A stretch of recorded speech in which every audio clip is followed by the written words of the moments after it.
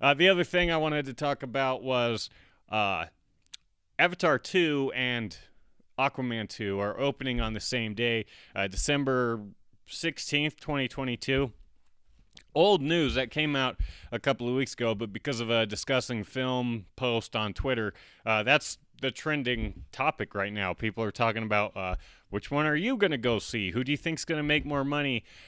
And for me, I see this as kind of I don't know if we'll actually get to December 16th and both these movies are coming out.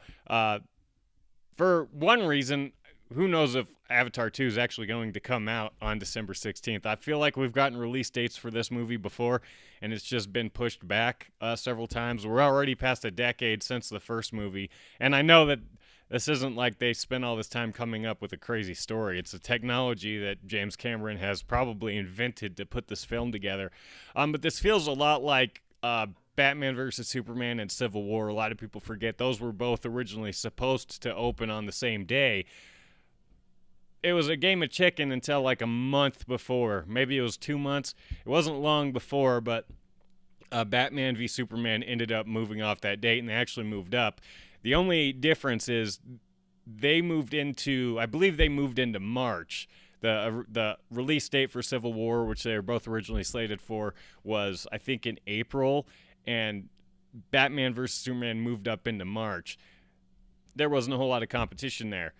This year is stacked. I don't remember exactly what's coming out in the months leading up to and after, into 2023, but chances are it's not going to be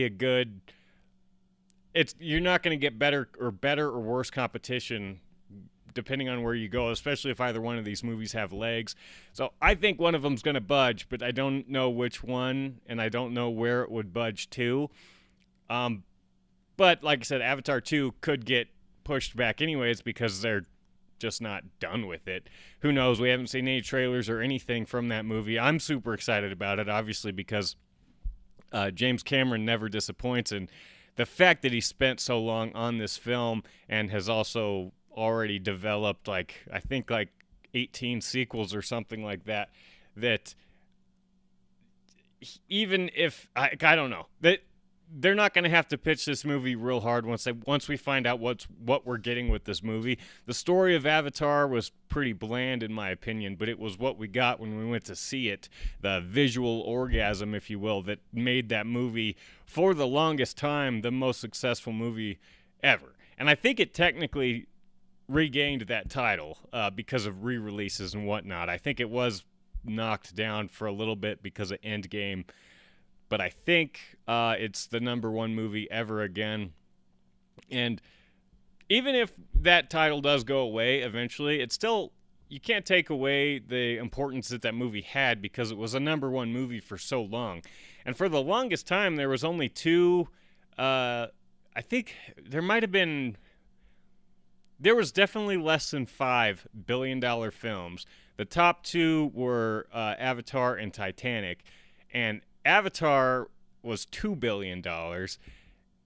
And so for the longest time, the top two was both James Cameron films. Like I said, as soon as Marvel really picked up steam over the last decade, the numbers got all kind of jacked. And plus, we get with the exception of the last couple of years because of pandemic era, we usually get $5-ish billion movies. That's the international box office total. It didn't used to be like that. And James Cameron is a wonderful filmmaker and storyteller and all that, but the reason his movies are profitable is because of the interest, the intrigue of not only his subject matters, but the films, what we're going to see. Like I said, not story-wise. This isn't, people don't care that much about Blue Pocahontas, but it was the visual 3D effects is what brought people to the theater. So to go back to the original question, if neither one of them budges, what am I going to go see? I'll probably go see Aquaman 2 right now. If this was tomorrow, I would go see Aquaman 2 first. But that could change once I see a trailer, once I find out what kind of crazy shit we're going to see in Avatar 2. That could change. I would probably go see Avatar 2 right afterwards. In fact, if this doesn't change, that's what's going to happen. I'm going to see Aquaman Thursday night and Avatar Friday. But I don't care that much about the story of Avatar. Like I said, that could change. And as far as which one's going to make a lot of money or which one's going to make more money, that's a difficult question because initially, depending on what we see in the trailer, I think Aquaman 2 might make more money that opening weekend. But that's the other thing about Avatar that a lot of people forget was the legs on it. It didn't open bad at all, but it wasn't the crazy blockbuster opening that made it so historic. It was the legs that it had, and I believe it was a holiday release also, and it was into the new year. It just would not leave the top 5, and it just weekend after weekend would bring in $10 million, then $30 million, and 50, and all up and down